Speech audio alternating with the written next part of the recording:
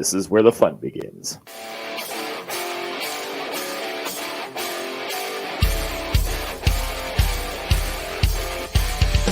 Get ready for raw, unfiltered Razorback talk.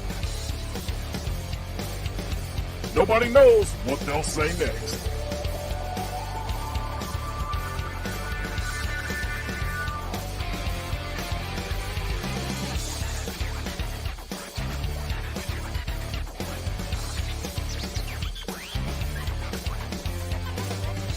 It's time to go inside the Hawg Pen with Razorback Zach, Marcus MC Carlton, and Sarah Swish Vogel.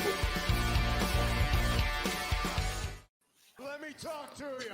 Yeah, let me talk to you. You notice there is a piece missing tonight.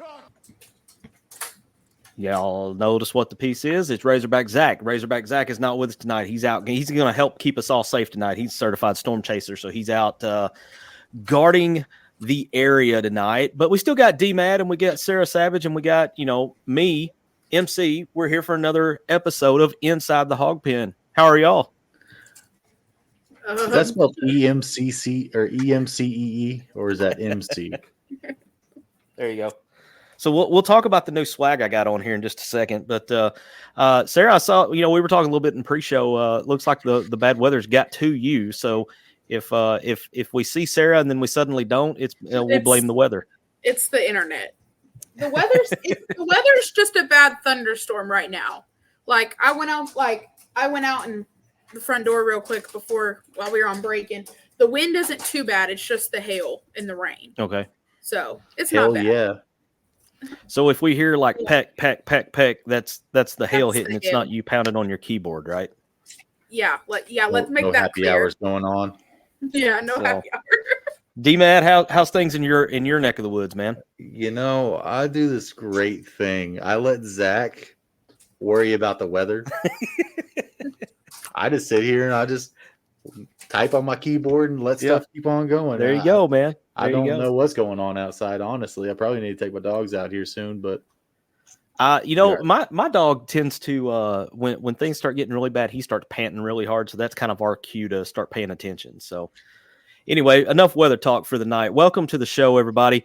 As I said, Razorback Zach's out chasing these storms that are all around the state tonight. So Zach, if you're out there and you're listening, buddy, be safe tonight.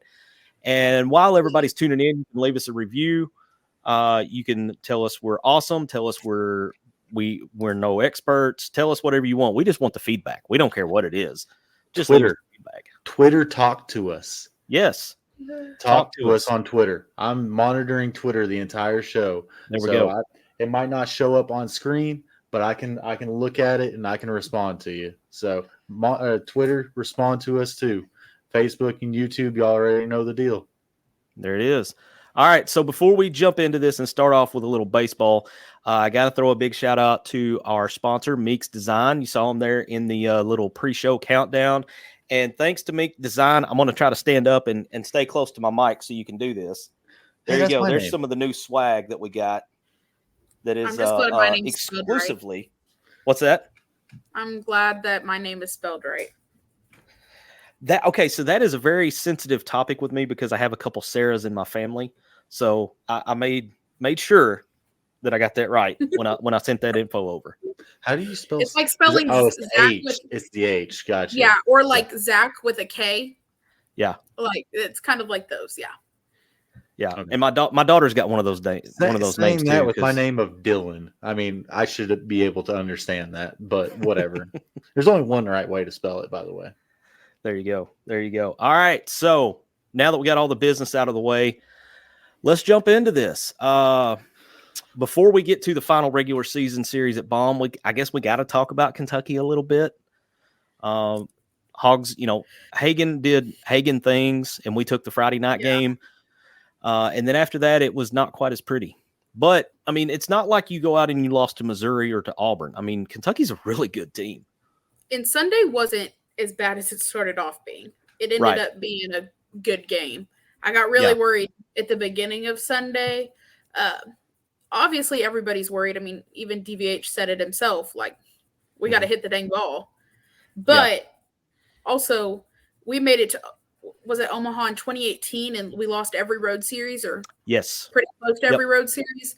Yeah. Losing a road series is not that big of a deal. Well, and when you lose a road series to a top 10 team, Yes.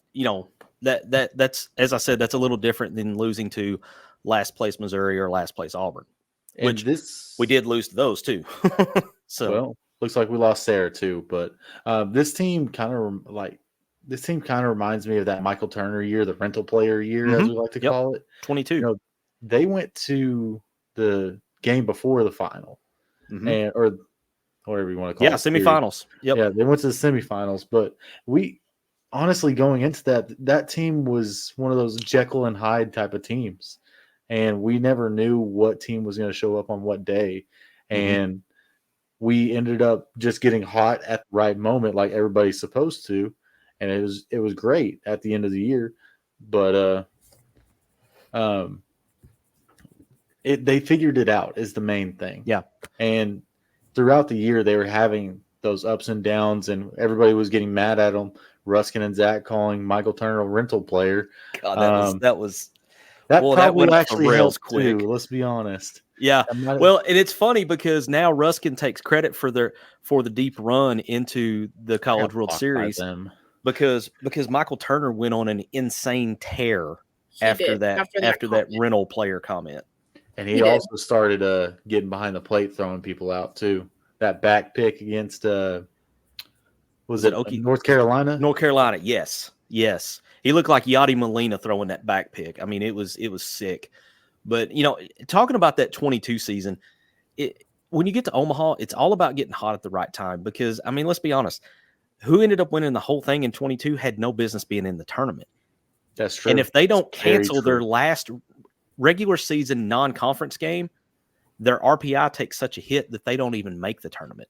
So apparently that's a thing though right now. It's like people are canceling their midweek games to save RPI. They're using like players being hurt as an excuse, but it's essentially to save their RPI. Yeah, and I saw that it's getting so bad now that there is talk that there will be a rule put into place that you can't cancel midweek games late in the season unless it's for weather purposes, because they're doing it because smart like DVH and not schedule them. Exactly. Yes. Where they should just have a minimum game threshold that every team has to have, kind of like they do in basketball, football, and a lot of other sports. Yep. Like as long as you meet that minimum game threshold, like some of the games that you can schedule over it, that way you can cancel them later. But I mean, for weather purposes, I mean, you have to have a minimum game threshold. Yeah, I like it. All right, so we got to get into these comments because they're starting to pile up. Started off with our man Sam Jones. Twitter is now your bitter ex. He's coming in hot. Coming in hot. He must be talking about Kentucky fans because, Lord have mercy. So anyway, Sarah, I guess you can take this one here. Yeah. My mom's gonna steal my shirt, guys. If you don't know where, if I say I don't know where it is, my mom probably has it. Details will be worked out on this, but we're gonna have some shirts for giveaways. So we're gonna have some giveaways down the road, and we've got some shirts that we're gonna be able to give away. We just got to figure out the details of how we're going to do the giveaways. Our man Jesse Randall Thurman comes in. So we got some developments to discuss tonight. Yes, we do. There was actually some news that happened for basketball, like right as we were getting ready to hit the button to come on air tonight.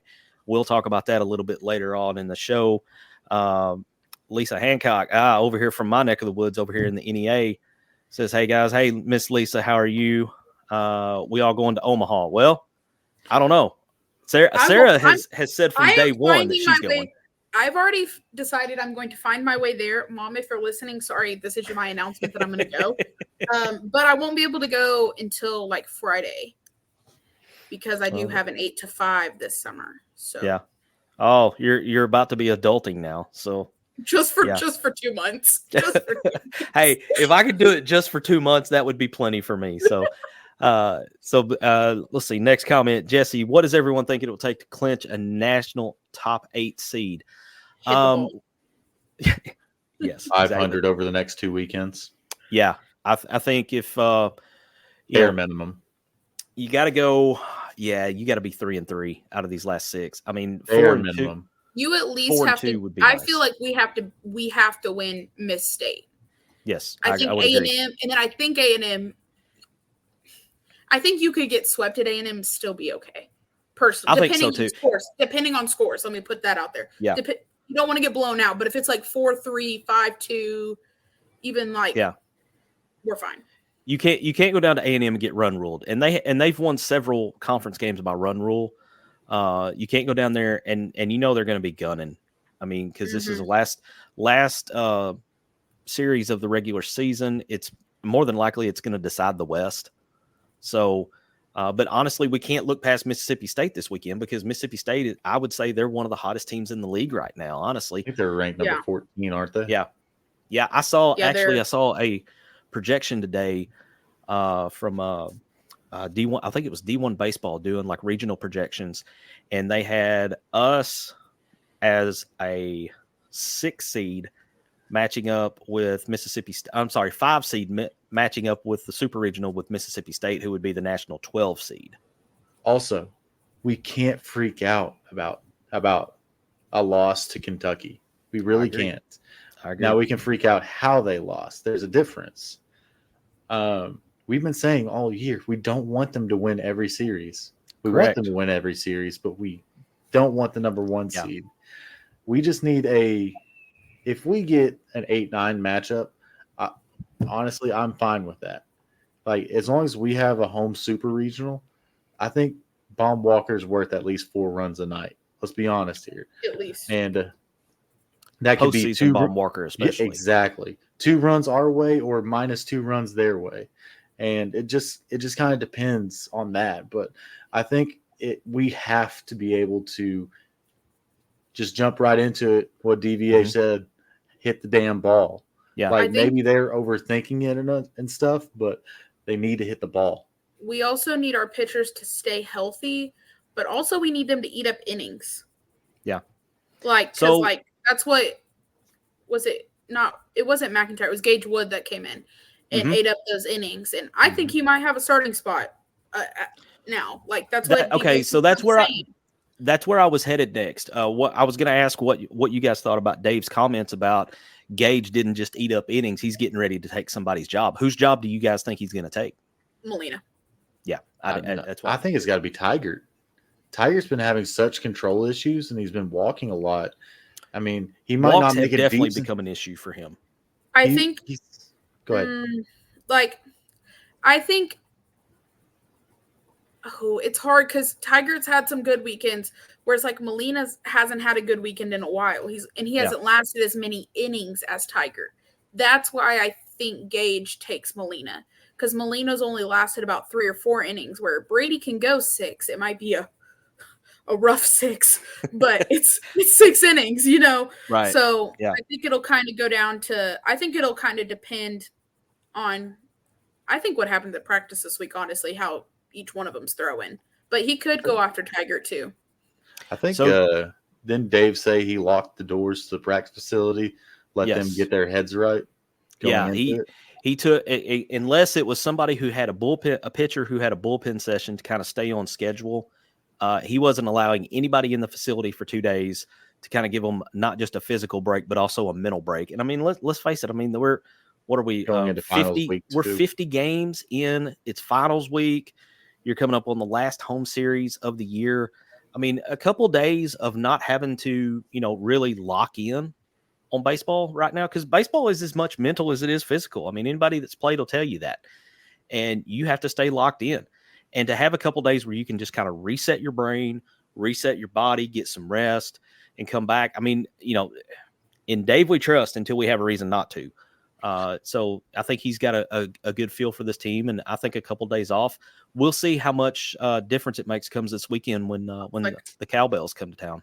I just hope the guys took it seriously. Just coming from a college student perspective, like, you can either take it really seriously or you can go crap around for 2 days, which is really easy to do around Fayetteville. Like, it really is. I know you know this, Sarah.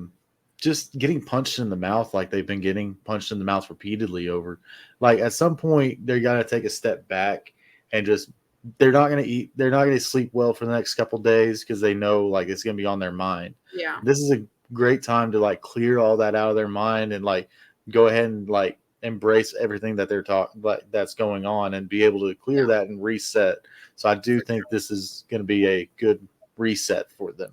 And even going into the SEC tournament, sorry MC, but DVH might have plans to go 0-2 in barbecue. I mean, he very well may. I mean, it's personally, I don't give a crap if we do.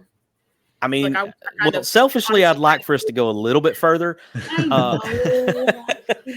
We don't have to go all the way to Sunday, but I could see us getting through, maybe winning one game and then losing the next two. I could see that. Okay. I think DVH has proved his point with the SEC tournament. He doesn't care anymore. Yeah, I think it's pointless for all sports. But my main question is, it's a double elimination, right? Mm-hmm. It's single, double, single. Okay, so will we get a bye if we're first in we get a bye? Okay. Mm-hmm. First or second. I've been checking out the bracket for obvious reasons since I'm going down for the tournament. It starts on Tuesday, but it's very similar layout to the SEC basketball tournament. So you know how you want to avoid that game on Wednesday night in the basketball tournament. Wednesday night sadness. You want to Wednesday night sadness. Well, it's Tuesday sadness for the SEC baseball tournament. Okay. And then your top 4 seeds don't play till Wednesday. Okay. So we're almost guaranteed to not play on Tuesday. Yeah, I mean, I don't know. I mean, I have to look at the standings to see for sure, but I think we would have to go like over the next 6 to have to play on that Tuesday. So I think we're pretty safe there. It's just depending on the final, where we end up in the final standings will determine whether we play at 9:30, 1:30, 4:30, or 8 o'clock on Wednesday. So that's kind of where we're at right now. And it just, because it's us, A&M, Kentucky, and I believe Tennessee are the top 4 right now.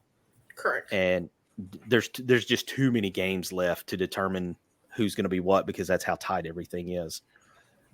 So there's one of our favorites in the house tonight. Mama Linda says, "Good evening, ITHP." Well, welcome to the show. Glad you could make it. I believe she had a birthday not too long ago, didn't she? I think so. Yeah, I believe so. I believe she turned 22 years old, right? yeah. We'll go with that. So happy birthday, Mama Linda.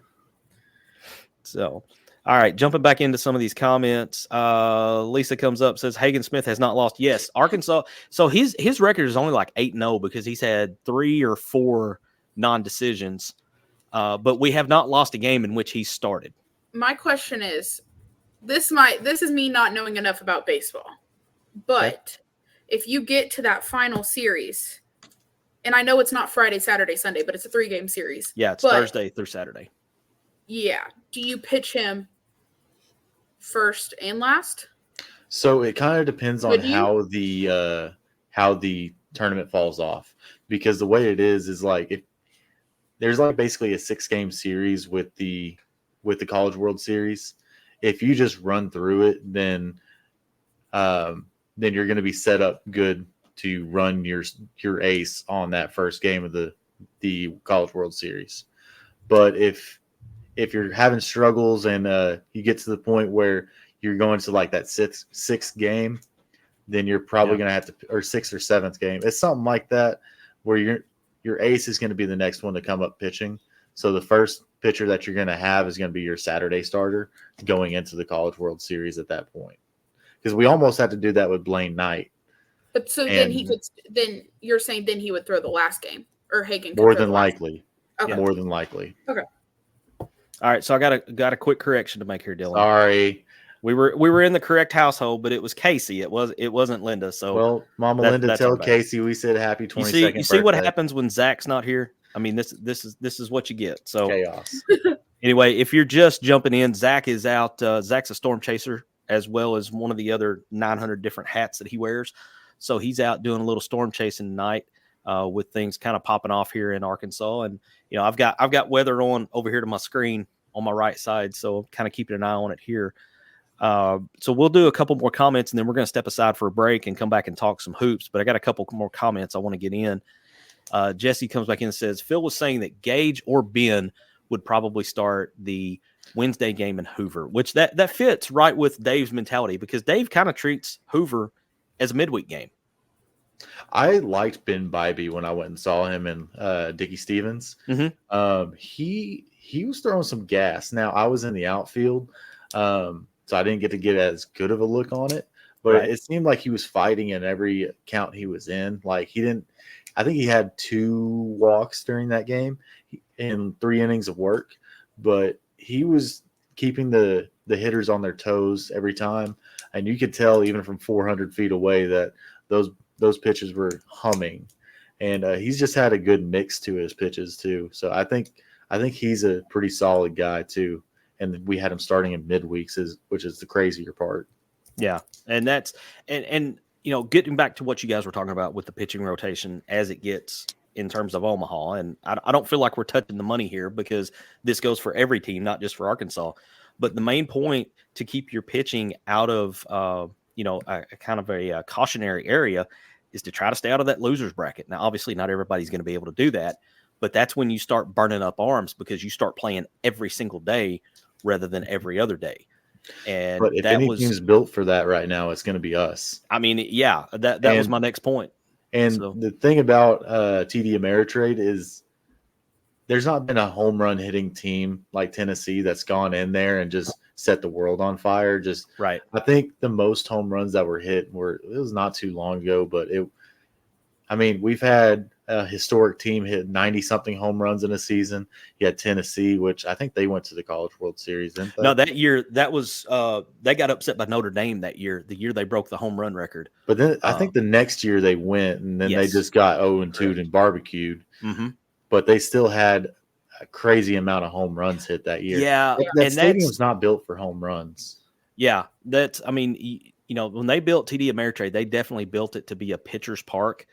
There's been a few times that I remember where maybe the weather would get a little iffy and the wind would start blowing out, but even then, you still didn't see just the onslaught of home runs. Mm-hmm. So, and I mean, let's face it, Tennessee plays in basically a little league park. So, I mean, they're going to have 600 home runs a year playing in that. You saying that they play in the same size park as the Yankees do?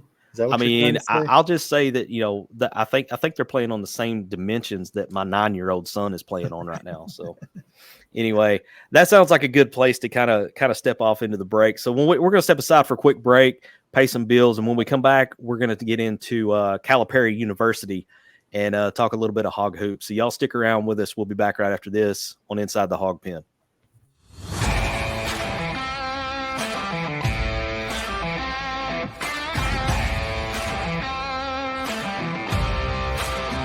Mix Design is your one-stop shop for custom clothing with a personal touch.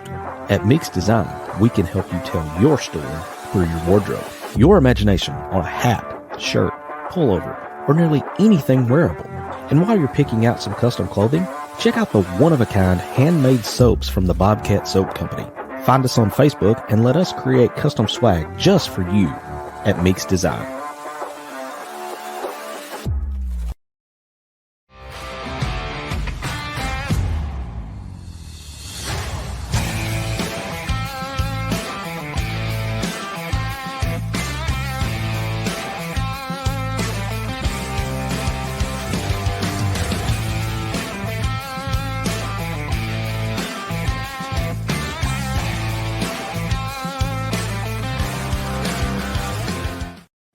All right, welcome back in, everybody, to Inside the Hawg Pen. D-Mad, Sarah, Swish, Savage, Vogel, and your boy here, MC. Here along for the ride, we got our man Jesse Thurman back behind the scenes taking care of us with some stats and some other pertinent information that we need. So, all right, let's get into some basketball updates. Coach Cal is just out here doing Coach Cal things. I mean, I don't know how else to put it. I'm kind of speechless. That was it. That's good enough. I mean, you've got, and I'm going to butcher his name because I'm a Northeast Arkansan, and I'm not used to names like this. Adu Thiero. So we got the Adu who transferred in from Tennessee, and then we got Adu Thiero I mean, Jonas, I do. Yeah, I do. You're going to have this is going to wreak havoc on the God. fan base trying to keep those. I'm learning numbers, not names.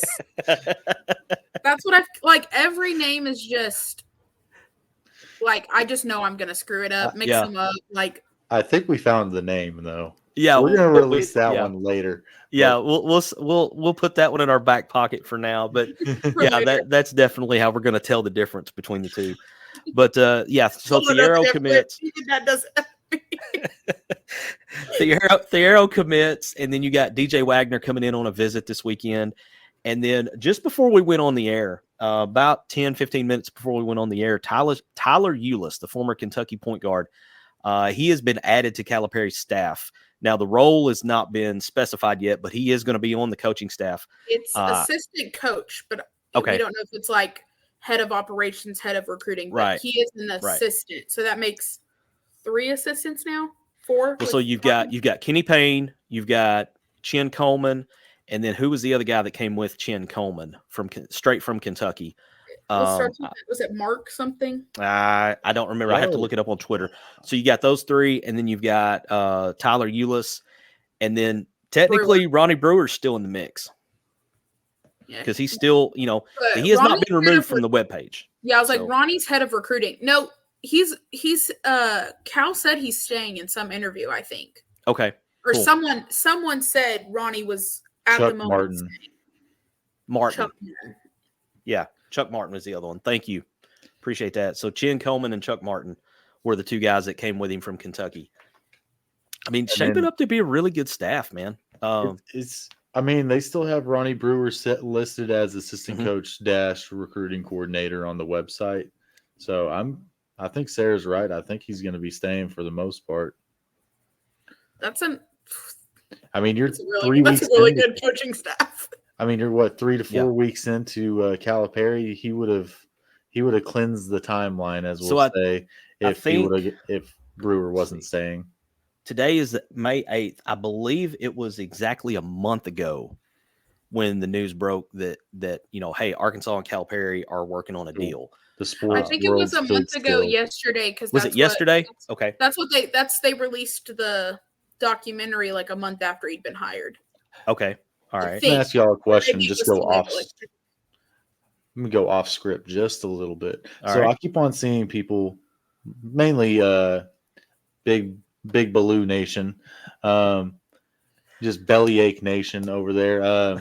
Bellyache Nation, I like. They keep on saying stuff about Calipari University. Like that's gonna kind of dig at us. I saw somebody else say, that's not really a dig at us. We're going to embrace that. We don't care if it's Calipari University. He's our guy now. So if that's what it takes to bring people in, we're not too prideful to say, oh, this is Arkansas. It's not Calipari University. We're not like you belly aching, bitter ex-girlfriends. Yeah. To me, it's not a problem. The reason people follow him is because he develops NBA talent, and it's proven NBA talent.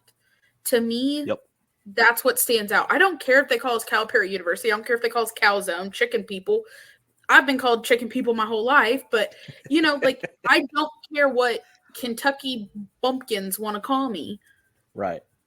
I'm going to support Cal because I've always liked Cal. Like, yes, I hated him at Kentucky or whatever, but he's always been a highly thought of coach, in my opinion. Yeah.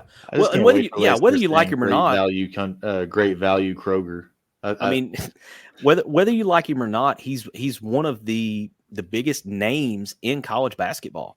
I would argue that he's the biggest name next to Bill Self, and I think you could, make a case for either one as to who's the biggest name. Those two, maybe Tom Izzo would be in that mix.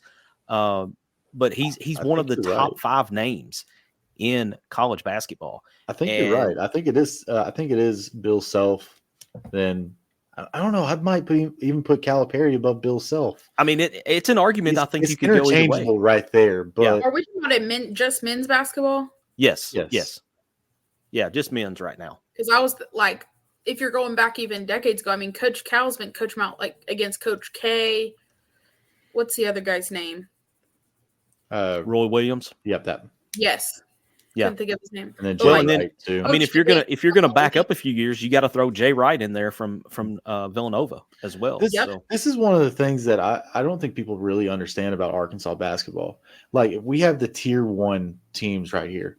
Mhm. You got, and probably something towards this order: Kansas, Kentucky, North Carolina, Mhm. Villanova, UCLA, and then Duke. You got to put Duke in there. I think. Duke is like the last of the tier 1s. Yes. They're the last, but they're tier 1.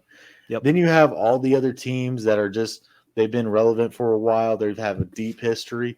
Arkansas is in that tier 2 list. Yeah. And Arkansas has the ability. So I credit Mike Anderson with a lot of this, because Mike Anderson's the one that took over the crap program that Arkansas was. Yep. He got Arkansas back to respectable. I would agree with that. Yeah. Absolutely. Muss took the team that was respectable and made it feared. Mhm. Arkansas was feared until Muss decided to give up on the team. But that's beside the point. Right. I'm kind I of think it is concerned. like- I feel like Cal's gonna absolutely either kill this or it's gonna take a step back. Either way, Arkansas is still gonna be within the top 15, top 20 programs in the country. For me, it was like, Mike Anderson, Arkansas was mentioned on national television maybe once or twice. Then it came Muss. We were talked about all of into February, into March.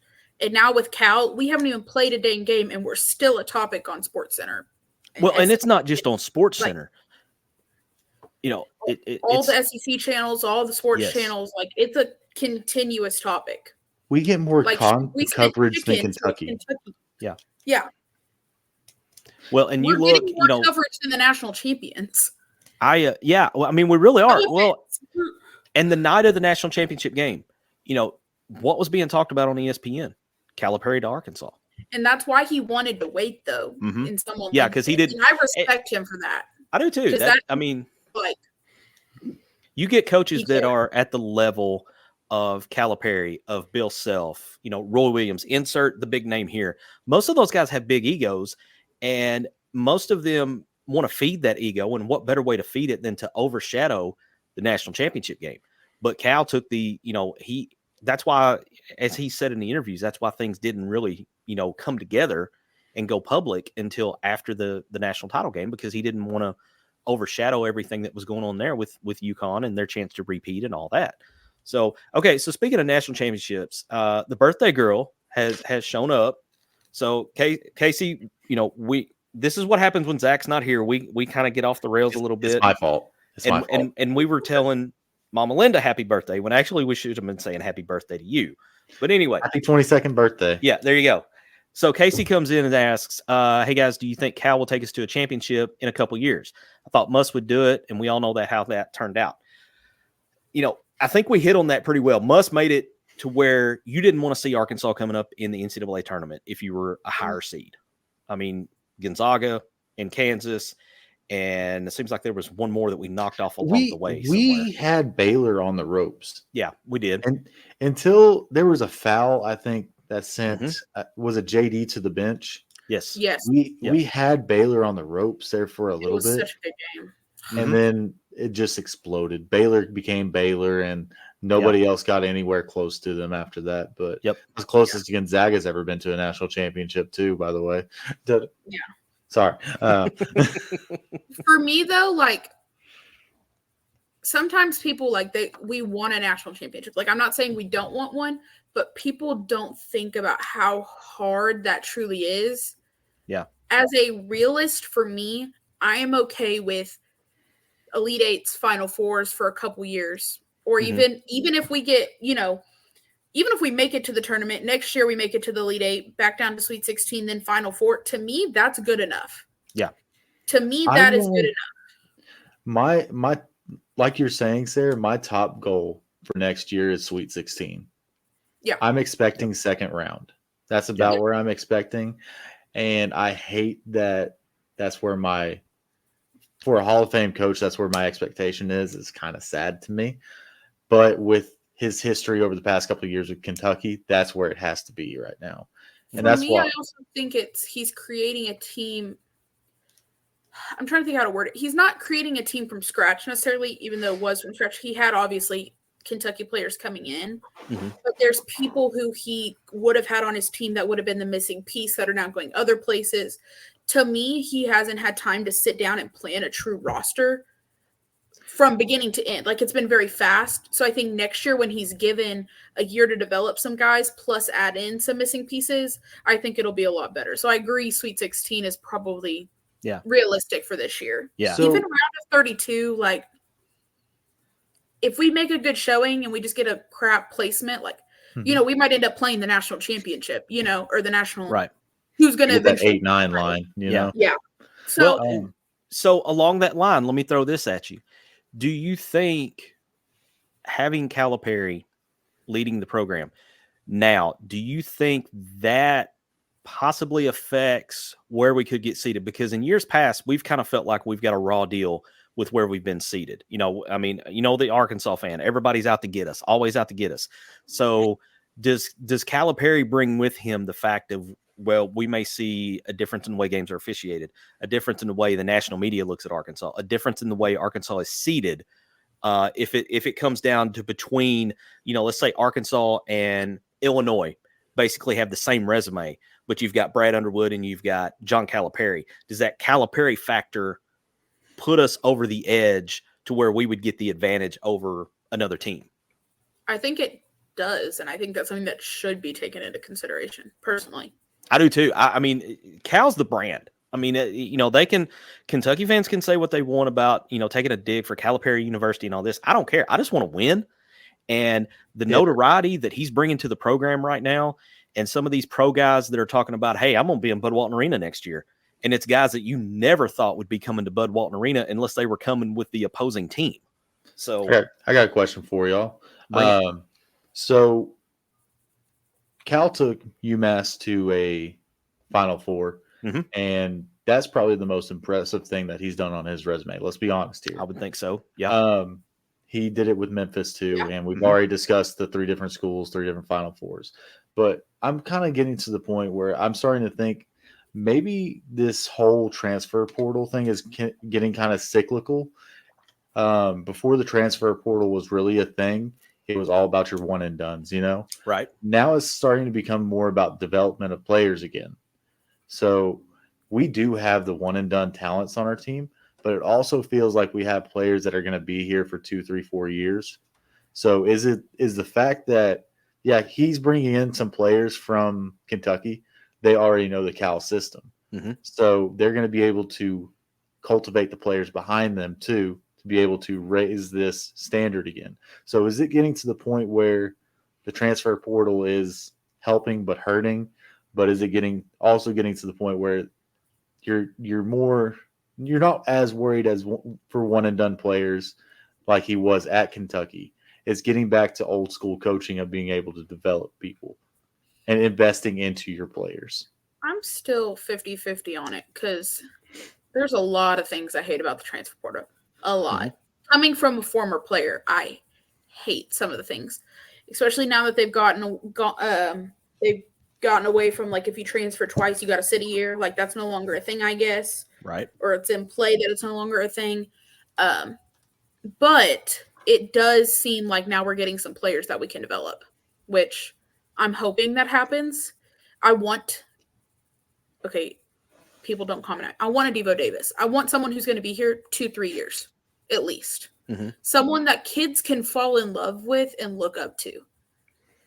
I feel like had Jordan Walsh had another year here, kids would have been all over him because he was I won't say a milestone player, but someone people looked up to, but he was only here a year. He had this one right here. Oh, This is what we were missing last year. I agree. 100%. Missing in the head coach last year too.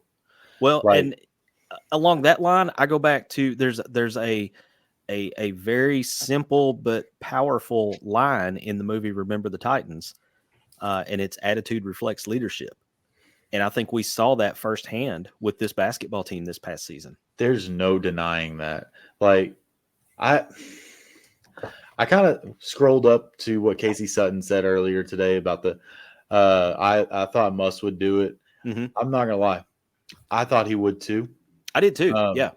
I thought he was the next coming of Nolan Richardson, honestly. I did too. Yep. I thought he was going to be the one that was going to be able to take us to the next step, get us to the Final Four, because against Duke, I had my little problems with him in the Elite Eight against Duke. I felt like he should have taken a couple of timeouts to, stop Duke's momentum. Mm-hmm. Whatever, I'm not the head coach. But I feel like he had the ability to figure out what the problem was and be able to move forward, because Nolan didn't do it in year 4.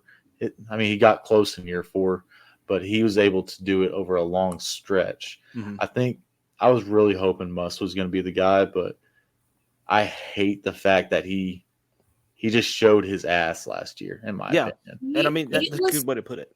Yeah. It was also pretty obvious, though, in certain games, like, I can't remember exactly who we were playing.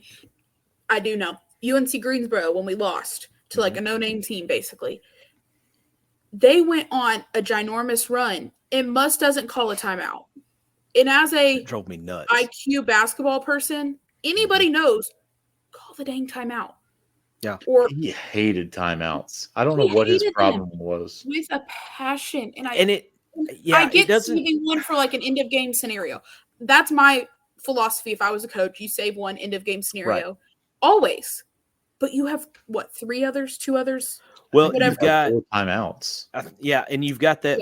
Even in the first half, when we would get down in the first half, the other team would be on a run. You've got that use it or lose it timeout, and very rarely would he even use that. He was trying to make it to the media timeout and use that. Sometimes you can't do that. Sometimes you have to. There was a 10, 15-point run going on. Yes, Especially with 18 to 22-year-olds. Yes. Up to 26 now, but or 28 or 28 if you're talking football. But to that, we'll come back to that after the break. We're gonna break. open that jar here in a little bit. so as we kind of put a wrap on this basketball segment, to come around and answer Casey's question of will Cal take us to the title?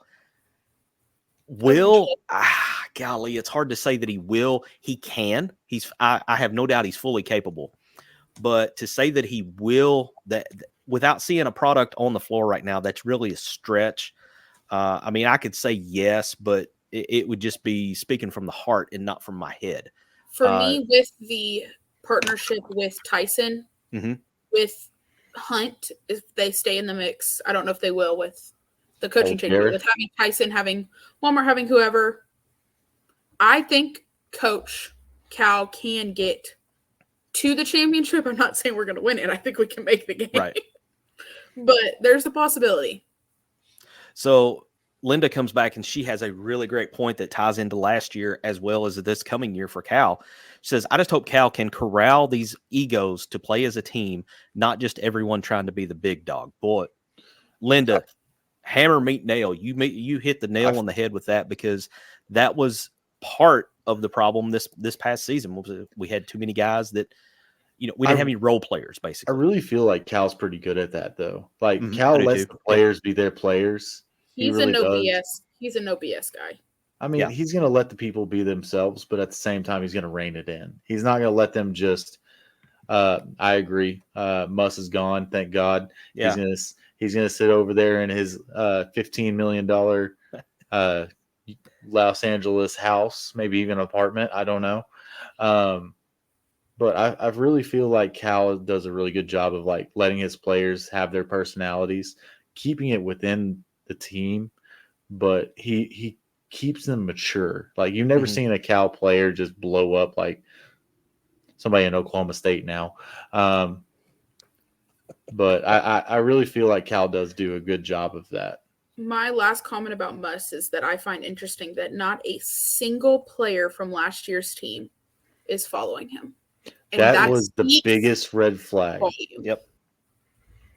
If we were on that ESPN show that gives like points or ding, ding, ding.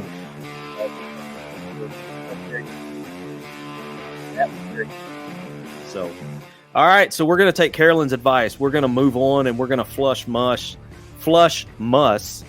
Easy for me to say. And then when we come back, we're going to have a little bit of time left for debate night, and we're going to talk about the newest recruit to the football team. And I'll just leave it at that, and then we'll get into the senior citizen. The new recruit. when we come back after the break. I'm not that Watch it old. Inside the Hog Pen I'm not that old. on the Sideline Radio Network.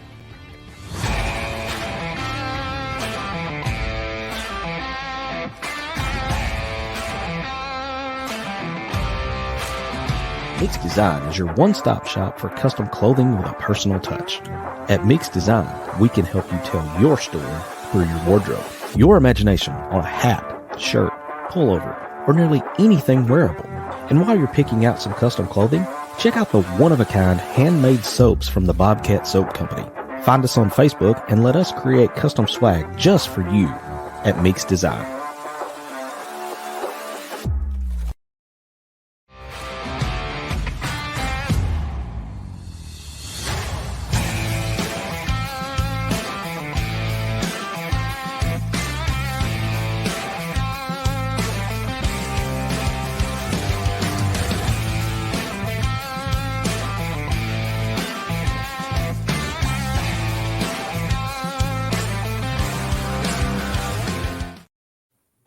All right, welcome back in, everybody. Inside the Hog Pen, Sarah Savage, Swish Vogel, D-Matt, and your boy MC here. Final segment of the night, and we're gonna have some fun with this because I don't like you right now. I'm not that old. I didn't say you, dude. I'm the oldest cat in the room here. I mean, if anybody's You gonna said be football, senior it's gonna be me. citizen, and he's literally my age. I think you. Okay, in He football was born a terms, year after me. in football terms, he technically is a senior and he's a citizen. Oh my god! I mean, felt old. if you put it into football terms, he's as ancient as pretty much I am. Just Okay, to but go up. isn't there some other teams with some old QBs? Isn't OSU's like 25? Yes. So Landon okay, so I'll get into this. If you don't know what we're talking about, Monty Harrison is a former Major League Baseball player, committed to play football at Arkansas. Yesterday, over the weekend, I don't know, sometime It was in the yesterday. last 48 hours or so. He's 28 Got a years lot of old. text from you about it. I think it was yesterday. It was yesterday. He's But 28 years question old. is, how do you commit but you're a walk-on? That's just Well, so he got the PWO, the preferred walk on. oh, okay. So it's actually like a step above just a basic walk on. So he's 28 years old. He was a 4-star football recruit coming out of high school 10 years ago. Hey, you don't have to repeat it. So your 10-year reunion's coming up, D-Man? Yeah. Like, No, it's past. Oh, you've already had it. Okay. I wasn't invited, but that's beside the point. So, all right, we got. If you follow my Twitter at all, I have been very vocal. No. Shall we say? Well, I know that's a stretch for me being vocal on Twitter about how this is really being overblown, and it's nothing against Monty Harrison. Mad respect to this dude that he's in good enough shape that he can leave Major League Baseball and come play college football. But are we that hard up that we've got to take I don't want to say failed Major League Baseball. No, I'll say failed Major League Baseball player, because if he was a successful one, he would still be playing baseball. Are we really that far cooked that we got to take this dude and He's a hope that he walk-on. can contribute? He's a walk-on. He's not going to contribute. Okay, let me ask y'all this. All So If right. he contributes, we're really good. Facts. I think we're cooked anyway, but you know. What? Just hear me out here. All We're right. bringing in a damn near 30-year-old. Let's talk about it. Bringing in Uncle Drew. Is Why don't you try out, D-Man?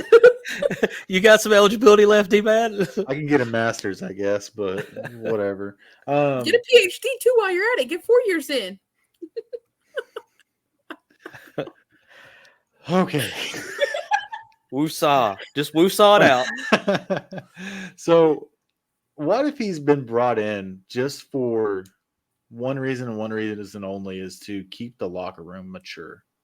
Because obviously the locker room did terrible last year, followed by the leader of never mind. Choo-choo. Polar Yeah, Express I mean, is he through. going to keep them from watching Polar I'll be- Express? And I'll the be locker driving room? a Freightliner That was- tomorrow. They That was can the get walk-on locker room. That was the walk-on locker room. Oh, That it was. I forgot about that. That's That true. wasn't the main locker room. That was the walk-on locker room. So You're is right. he going to keep the TV I'll on? be in my Freightliner tomorrow. If you see somebody under it, just know that I didn't do it today. So that's all I'm going to say about throwing people under things. All right, so Carolyn's got a good point here, but I'm gonna try to shoot holes in it if I can here. So Carolyn Williams comes in and says, "Have some perspective as to the age." Kelsey, I assume she means Mr. Taylor Swift. Travis Kelsey is 34 and he can play. Very true, but he's also been playing his entire career in football, so I think that makes a difference. That's where I'm worried. Is that. I mean, I guess it doesn't matter now because his pro career is over. But like, if he gets hit, like, is he, buff enough to like take that hit? Because baseball physique and football physique are, yeah. I mean, Unless you're Bo Jackson, similar, but when it gets up into college, it's not. You have to be in shape for 182 games, though. Like they're doing a lot of lifting. They're doing a lot of stuff that people don't really think they're doing. But 182 games, that's a lot of wear and tear. That's literally over half the year they're playing baseball. The question is, how many of those 182 did he actually play? Yeah. In minors, probably a lot. But he played in the majors in 3 years. He played in 50 games, and I did my research this morning. Oh, that's what I saw, is that he'd only played like 50-something games. And he had a batting average of 176. Well, and so like with the highlights that we've seen of this guy that have been circulating between Facebook and Twitter and everywhere else, you've got that one where he kind of goes Spider-Man up the wall and makes the catch out in center field. Hell of a catch. I'm not taking that away from him. I'm trying to figure out how is that going to translate to the football field. I saw another highlight to where he stole home in a game. Okay, so the quickness, the quick feet, the quickness, that can translate. The jumping's there. The jumping is there, but I mean, let's and again, D-Matt, I'm not picking on you, but I feel like you are. As you close in, and I can speak from experience here, as you close in on that big 3-0, and let's face it, he's going to be closer to 30 than he is 28 when the season starts, because he's going to be 29 when the season starts. I looked exactly. It up. Don't worry. So your body doesn't recover the same way at 29 that it does at 18, 19, 20. At least mine did not. Now, I was not in the shape on Dixon Street, that's for sure. Do what? I don't know how he's going to fare on Dixon Street. I can tell you that much. I know how my hangovers are. Jesus. Yeah, well, and for me, I think if I'm him, like I've thought about it. Like I'm back in school. I don't have a lot of friends. You're on a campus you're not familiar with. Why not join a team? You're already working out and doing stuff. Why not join a team and have, some friends, some teammates, somewhere to be, someone to keep you in check? Like, I've thought about trying out for the women's team. They've had walk-on tryouts a couple of years ago, and I thought about it. I really did, just to be part of a team. Right. Now, I didn't want to have to put in effort and lose weight and do all that stuff. But, I think it's more of a camaraderie thing. Like, that's where I was kind of coming from. He's already going to college. Why not join the team? And especially if he can get the preferred walk-on and possibly some NIL, possibly some, other money. It could be a stabilizing factor in a locker room that was not stable last year. And he has a different perspective, too. He's probably played for a couple Bobby Petrinos before. And he's been able to tell them, like, hey, this is like, he might be yelling at you, but you've got to hear the underlying message of, you're not doing right. You have to do right if you want to go make all the money. And he played in 770 career baseball games as a professional. That's quite a few. That's a lot. Yeah, that is. So Dan Yoakum has a comment here that kind of pertains to what you mentioned earlier about, being that voice of reason or stability in the locker room. He's a 28-year-old, quote unquote, in all caps, man who's been around the block. I hope he goes out there and kicks somebody's ass. I do too. I hope he does. And this is, and like I said before, this is not a knock on Monty Harrison. Mad respect to this dude for doing what he's doing. It's more of a concern with, why are we looking to dudes like this? Can he be immediately eligible on the baseball team? Just wondering. No. That would be nice. My question is, no, not with his batting average. Ours is already bad. Anyway. Fair. That's fair. So my question was, did he reach out? Like, did he apply at Arkansas and then was like, hey, why not play football? Or was I don't it, know. I or haven't was it seen that. Sam ran into him? Was it Right. BMFP Well, ran okay. into him? Like, So I did see there is a connection to, I believe it's the running backs coach. Between Harrison and the new running backs coach. I did see that. I don't remember exactly what it was. You know, the joke that immediately came to my head was, oh yeah, they probably went to high school together. But it's there is a coach player connection there. So he's also from Missouri, so that's why I think he's Springfield. I think so. So I was thinking it's somewhere over in the western side of Missouri. Arkansas's close. Why not come? You know, like my thing is, I think he was already thinking about coming back to school because he never went to school. He got drafted out of high school, if I'm not mistaken. He's never you're been correct. to college. He's never started college. He doesn't have a degree. You're a failed player at this point. Not being rude, but he's a failed MLB player. Right. He didn't make quite as much as he probably expected, and now he's looking for a job and realized, hey, I can't make that much. So he's from Lee's Summit, Missouri, is where he's from. So he actually played 9 games in MLB last year for the Angels. Wow. Okay. He played in AAA this last year in 2023. Well, 2023 he was at AAA. 2022 he played in 9 games at the Angels. Okay.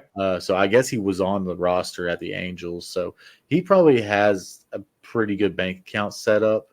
So he probably had the realization, the come to Jesus meeting of, hey, my baseball career is probably ending soon. Yeah. And I don't have anything to show for it besides I played in baseball. And so he's probably one of those guys like, okay, it's time to go back to school. And he probably came back to Arkansas. I was like, I mean, I could always see if I could even try for the football team, you know? Yeah. And then it was probably a mutual kind of coming together. He probably reached out to Sam and said, hey, is there even a walk-on spot that I could probably have? And he was like, Sam being the nice guy that he is, probably obliged. But that's kind of how I kind of see it. But I think it was more the running backs coach because when he asked Sam about it, Sam said, I don't know. Right. Final comment of the night. We'll give it to Carolyn Williams. She's got she has a counterpoint to my counterpoint that I made to her. He is a professional athlete, and he didn't go play for the UFL. He came back to college. That means he's likely trying to see if he can still play. He wants to practice. He wants to see what he can do. He's not hurting anyone. Yeah, I agree. He's not hurting anybody. I've seen some. To be honest, though, no one's going to the UFL anymore. No one wants to at this point. I'm noticing that from a lot of players. Yeah, they don't. It's kind of the last resort. Yeah, it's like I'm out of college eligibility. Let's go. Mm-hmm. There's a lot with what Jesse's saying too with the maturity. Yeah, the schedule of a minor league team is insane. Like if you were a top draft pick, like rounds 3 and below, you're going to have pretty good money saved up. But a lot of the minor league players, they all pool their money together and get like a 2 to 3 bedroom apartment. Mm-hmm. And then there's like 6 of them that stay in that apartment. Like that's kind of what goes on in the minor leagues that people don't really know about. So this whole, like, he could be a really good cause for everybody to come together inside that locker room. My question is, though, does that not look weird? Like, I'm coming as an older woman. Like, if I tried out for the Olympic team, and I'm not even halfway to 30. Well, halfway through my 20s. We'll say it that way. What? Halfway from 20 to 30. I'm not 25 There you go. There you go. But I'm thinking, I'm already almost 6 years older than people coming in out of college. Some of them come into college underage. Some of them are 17. So I'm thinking 18-year-olds. And then you've got a 24, 25-year-old grown woman in the locker next to you. Like, does that not feel weird? Like, then does it feel like she's kind of your mom? Or I'm thinking he or she, but talking about me, like, I would feel like kind of like a mother figure more than a teammate. I'll make a comparison. Like Tyler Eulis coming in, he's probably around 20, 28, 29 years old. He is 28. I'm pretty sure. Yeah, he's coming in as a coach. He's going to have a way different relationship with every single player on that team than Monty Harrison's going to be able to have. He was born in 96, so he's 3 years older than me, 27. He's younger than our newest football recruit. So yes, they're going to have a different relationship just based on that. And you know as well as I do, Sarah, and MC too. He's never mind. A few years removed. You can't talk to a coach the same way you're going to talk to your player. Like your player, like he might call you out on something, but it's going to come from a point of like, hey, you're either going to figure this out or we're about to fight about it.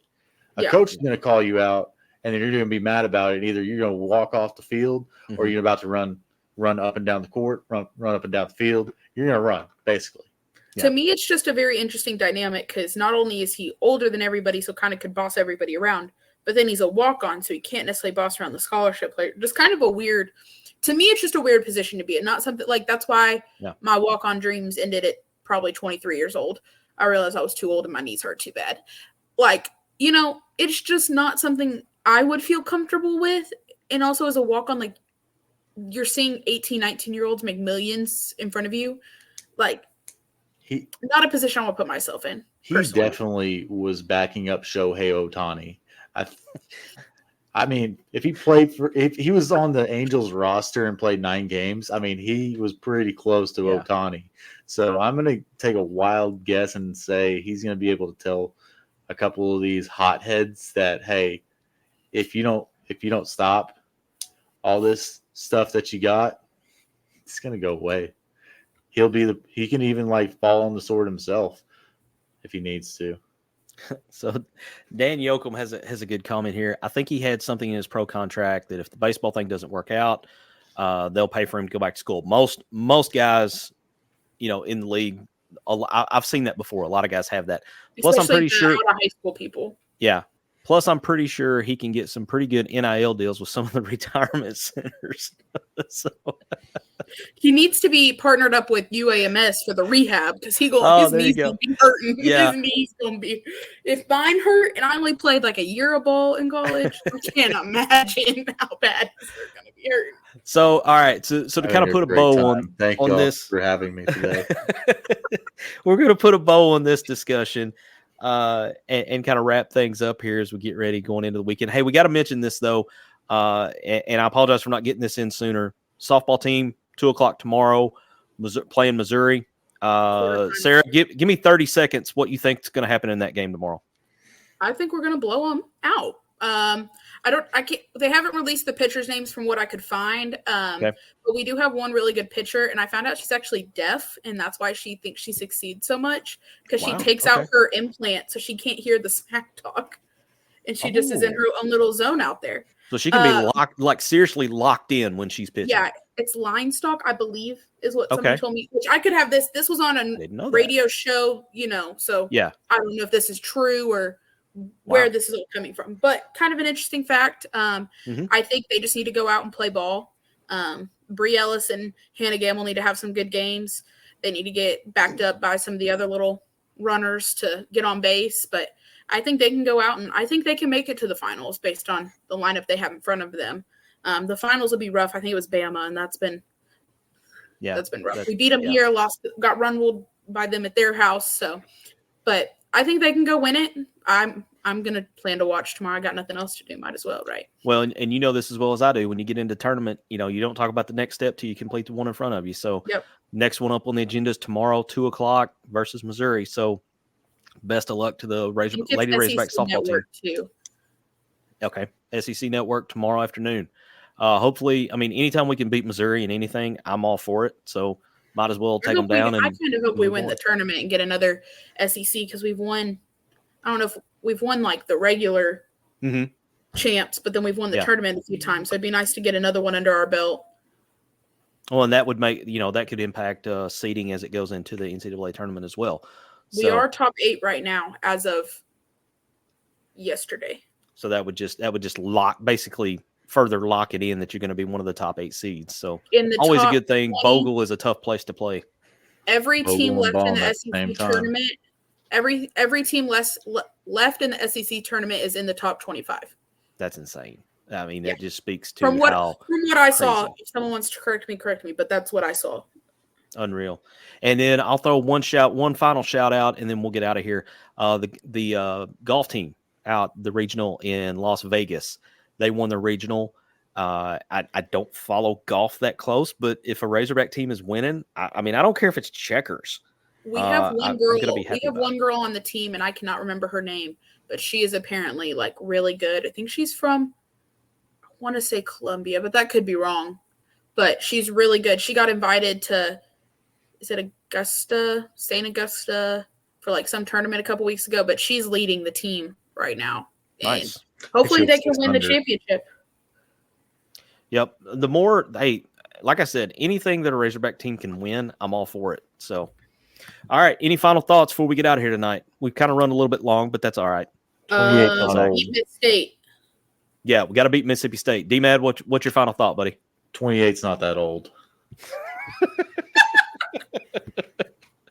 No, it's not. But in terms of, I would say give me career, a year to get in shape. I'd feel fine, but that would also put me at 30 years old. I would not feel fine at 30 years old. I was right. She's from Colombia. Her name is Maria. She's only a freshman. If you don't keep tabs on her, you should, because she is really damn good. Wow. All right. There we go. Well, that's going to do it for tonight. Hopefully Zach is out chasing his storms or, keeping everybody safe with the information he's providing. D-Mad, Sarah, appreciate y'all stepping in here tonight. And Zach will be back with us next week. As long, God willing, and the creek don't rise, as my grandpa used to say. So we're going to get out of here tonight, and we'll see you guys next time on Inside the Hog Pen.